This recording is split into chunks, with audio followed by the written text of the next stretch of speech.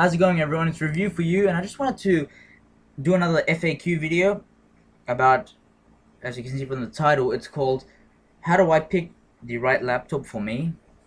And I got this question from someone, and he asked, basically the question asked, how do I pick the laptop and how do I avoid being ripped off?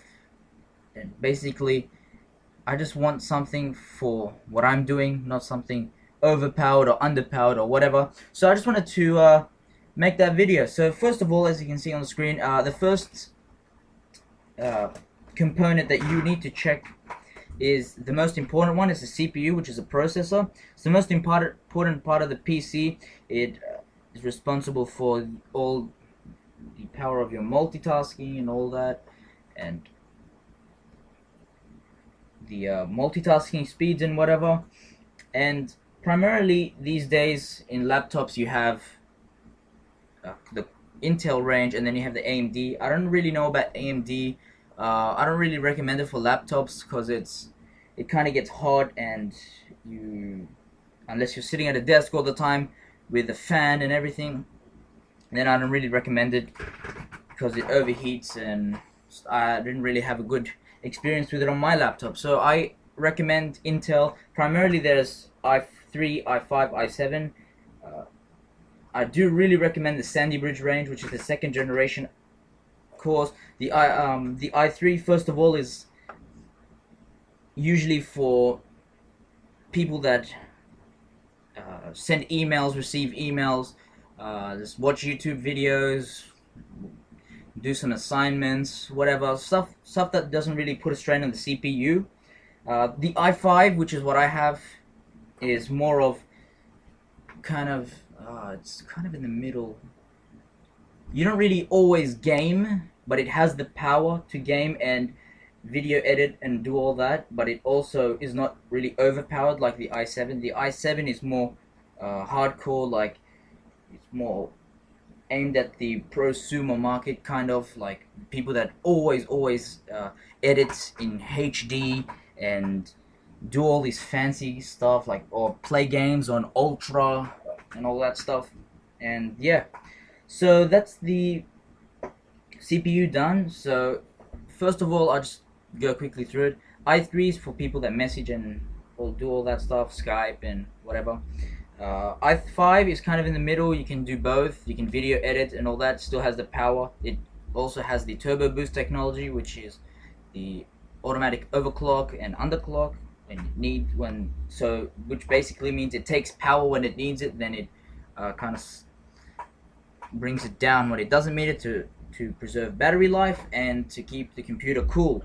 And the i7 is more hardcore stuff. And yeah, so the second part of these two are the most important parts of the laptop, the video RAM, because these things you can't really change, and if you were, I don't think you can change the video RAM on the laptop. I think it's already in, I don't know, I don't think you can, but the video RAM, the CPU you can, but it will cost you about, let's say the i5 processor on PC costs, let's say $300. I don't know if it does. On a laptop, it will cost you another extra $100 or something. And plus, not every they have different motherboards and different compatibilities, and yeah. So the video RAM allows you to, like, every computer has integrated graphics, which is like the onboard graphics for really weak stuff, like really bad video editing, or like playing crappy games or whatever stuff like that. I can't really think of anything, but really things that don't require much power. And yeah, so if you want the extra power, you want to get something with dedicated video RAM, which is a little bit stronger. So I recommend, if you game and stuff, like, you get a 1 gig card, and not every 1 gig card is games, and it plays they all play different kind of games. I'll give you a website, which is I'll show you guys quickly. It's called, I can't remember, it's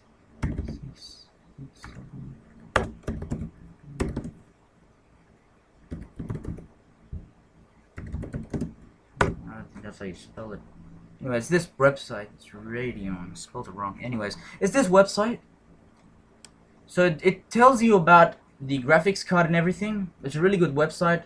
You can look through. You can also look through the processes and all that. So it just quickly tells you here all these stuff and what it does basically, and it has all here. See the class.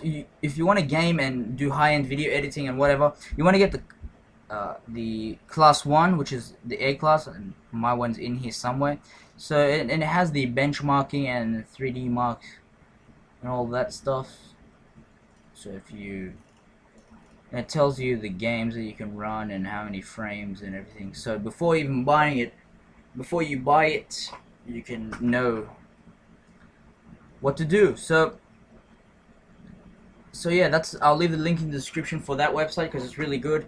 And yeah, please let me know in the comments below if I left anything wrong. RAM's not really that important. I recommend getting 4 gigs of RAM for optimal performance, but you can always change it. It's not really expensive to change. I say, and I put another gig in for another 4 gigs into my already 4 gig laptop, so I have 8 gigs now for $60. Less than, it was like $40.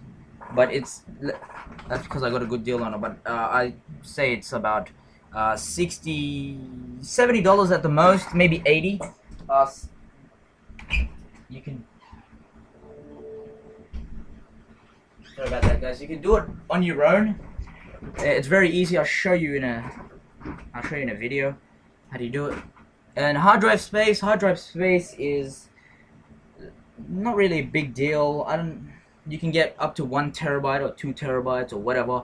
You can easily change out the hard drive if you want. And yeah, I think the lowest you can get is 320 gigs, but there's 128 for solid state drive, which comes with all the ultra books, but it's pretty expensive. So normal SATA hard drives with the 7,200 RPM is really good.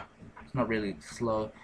It's really fast and everything. And yeah, and lastly, guys, the brand kind of matters because of the customer service and the parts that they put in it. It kind of sounds like a little bit stupid, but like, let's say I don't really care about the brand of a computer because I usually build computers or get them built. So it doesn't really matter what brand it is. It's just a normal generic case, and I just put everything into it. So it's kind of like that with the laptop. It might have like a branding on it. Let's say the brand that I hate, Toshiba. Everyone, I don't know, is in love with it or something because, I don't know, they're kind of retards. But everyone's in love with Toshiba. Toshiba used to be a good company which had their products manufactured in Japan, which had high-end parts. Their panels were made in Japan. I don't remember the RAM and stuff. I don't know. They had like Kingston RAM and all that. Now they're made in China, and they try to cut back on their expenses so they can make more profit. So they put Fujitsu hard drives. They put like cheapy ass RAM in it, and they break really easily. And yeah, guys, they're like $800 for a piece of crap. Toshiba's way overpriced. It's like Apple, but Apple makes good, like Apple puts good parts in it. But even though they're overpriced, I would pick Apple over Toshiba because Toshiba's a piece of crap. And yeah, I recommend HP, highly recommended. Asus and MSI. If you're really looking for a gaming laptop, purely for gaming, I know you guys look at, what do you call it? Alienware. Alienware's everyone's in love with Alienware because it looks nice. I admit that. Oh, it's shiny. You can change all the colors and all that crap, and everyone's in love with it. Alienware's not good. I'm telling you now. It's made by Dell. In my opinion, Dell makes some of the best LCD, and LED monitors for computer, but make the shittest laptops and desktops out. They used to make good XPS laptops, but now they suck. Especially Alienware. Alienware is just, the hype on it is like over the top. I do not recommend it at all. If you're looking for a purely gaming laptop, go for MSI's gaming range. MSI is one of the best uh, in making motherboards and everything, and they have really good customer service. You get 3 years warranty off the bat. You don't even have to do anything. You don't even have to buy extra warranty, and that's another thing I wanted to talk about. Always buy an extra, at least have 3 years warranty. So if I have, they usually come with 1 year warranty anyways, but buy an extra two, because the average life of a laptop is 3 to 4 years. So you don't want to be stuck with a lemon after uh, or a paperweight after 3 years. So if something does happen like that, you can just send it to them and they can repair it, or they can just send you a brand new one, which what it costs before. Like, say I bought one for $800. 3 years later, they can get another $800 laptop. They might give me a voucher, or they might give me another laptop that is similar to the specs or whatever. But I'm not getting a lemon, so saving money on that. And yeah, guys, stay tuned for my next video. I just want to show you guys what I was talking about, the interchangeable parts like the RAM, the hard drive, and how the CPU looks and all that crap. Yeah, guys, stay tuned for this video, and I'll be back in the next part. Hi guys, I'm back. So all you have to do is just, for the hard drive, anyone can do it. It's not even hard. You don't even have to be a computer person or anything. You can. All you have to do is, this is a really old computer anyway. So there's usually a tray. So you just remove the tray, and that's something like this, or it might be like plastic. And all you have to do is just slide it out easily. This is an IDE hard drive. This is like, this laptop's from like what, 2002 or 3 or 4 or something. This is an IDE. The SATA looks different, but all you have to do is just look at the back, or you can just take this to a computer store and say, I just want a hard drive similar to this that will suit the same computer, and they'll just look at the model or whatever if you can't do it yourself, and they'll just get you one that looks like it, or is the same at it. So all you have to do is just get it. It's different. It's easier for SATA because it doesn't have pins. All you have to do is just slide it in, put the thing back on, and that's it. And just slap this on, and then usually. So all you have to do for the RAM, just usually there's something like this. You take it out, and that's the RAM right there. And all you have to do is, usually there's pins like this, and you just pull them up. These like levers. Well, you pull them to the side, and then it should pop up. It should pop up. Something else. Okay, it pops up like this. You just pull it out, and then you just find it if it's DDR or whatever.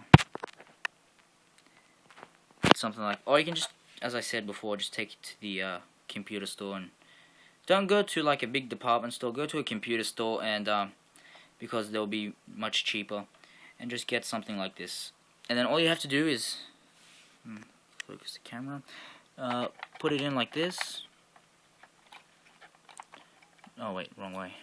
So you can't really stuff it up, because look, there's like a little notch. Let me focus it again. Like a little notch, like right there. Right there. And all you have to do is just get this notch and just line it up. It's really easy. It's not even hard. Again, you don't have to be a computer person to do this. It's really easy. I'm just trying to do it on camera. So you just push it in with a decent amount of force. Be careful not to break it. Just slide it down, and it just clicks. And then you just open Windows, and it should be there. And you should go into your just CPU Z or whatever, and just check if it's there. Check if it recorded the RAM. If it didn't, you might have to push it in or something, because you didn't do it properly. And I don't know where the video card is. The video card is like right there. This is an integrated one. I don't think you can take any dedicated ones anyway out. And the CPU is just usually under here, under the fan. It's usually plugged in, so it's like a Celeron processor. So this is a really old computer, so all you have to do is, like, there's a little thing here.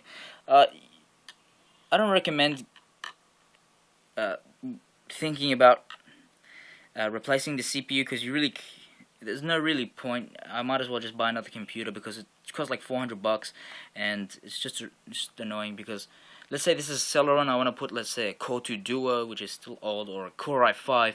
This motherboard might not support it, so Yeah, so I might as well just save up a little bit more and just get another a higher end computer that I need. And all you have to do is usually this, and then it comes out, and that's what it looks like. This is a really old one anyway, so the pins, and then you just, if you're, that's it, and then all you do is screw this thing back in. So yeah guys, so I just showed you how to take out the RAM and everything. I do recommend doing it yourself because they actually charge you like the labor fees. It's like 40 bucks or something. So if you're trying to get a good deal, it might seem like a good deal. Like say on 4 gigs of RAM, it's just one stick and you just slide it in and that's it. Or the hard drive. It's really easy. You can just do it yourself. You save yourself some money, and it takes 2 minutes max. Or actually, depending on how fast you unscrew everything, like, because I previously done this before I started shooting, but you can easily take out all the screws and pull this out and then chuck it on. So yeah guys, so please tell me what you think of this video, and tell me if I left anything out. So see you in the next video guys.